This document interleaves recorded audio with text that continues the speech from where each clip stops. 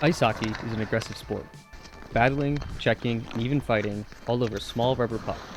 The same puck that everyone is trying to shoot in the other team's net at over 80 miles an hour. This is where the goalie comes in. Putting their bodies on the line, the goalie has one job: to keep the puck out of the net. In the beginning of the sport, little differentiated the goalie from a normal player. But as the sport advanced, goalies and their equipment became more and more specialized. Today, the goalie is clearly distinct. Their pads, like large blocks, cover as much of the net as possible. Their masks are made of carbon fiber to take hits, but stylized to reflect themselves. The biggest difference is their style of play. While goalies of yesteryear would stand tall to block shots, goalies today drop to the ice. Sounds counterintuitive, but this is called the butterfly style, popularized by Patrick Waugh. Dropping to their knees allows goalies to cover much more surface on the ice, blocking a much larger area where pucks could trickle past them. The whole modern method of goaltending now revolves around this butterfly position. But recently, goalies are getting hurt, not from a puck to the face or a hit from a player, but rather soreness and discomfort of the hip and groin. And some wonder if the butterfly method is to blame. It's logical to assume this. Slamming knees on the ice, forcing their legs as wide as they can go, it's an awkward and forceful position that professional goalies repeat 40 to 50 times a day, most every day, most every week. It was theorized that the frequency of going into this stressful position would make goalies susceptible to experiencing Femoroacetabular impingement, or FAI.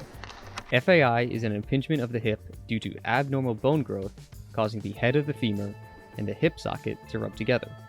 Researchers decided to investigate the movements of the goalie's leg during their play, measuring the hip's internal rotation, flexion, adduction, in addition to shock along the femur. It was hypothesized that the combined flexion and internal rotation of the hip during the butterfly would see goalies reaching the limit of their hip's rotation, thus triggering FAI.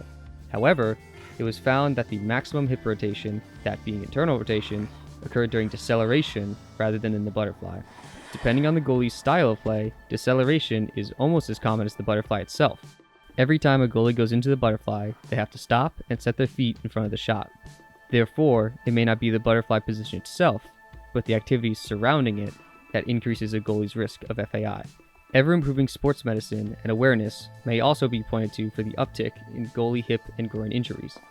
Goalies and trainers realize that it's not healthy to play through minor injuries or discomforts as they may have in the past. Longevity in career is the goal, so goalies more commonly alternate games with their backups rather than play for every game of the season. Perhaps in the future, improvements in equipment or even an evolution of the butterfly method can be used to prevent these hip and groin injuries. For today, the shift in attitude towards the issue and injuries is a step in the right direction to keep our goalies healthy.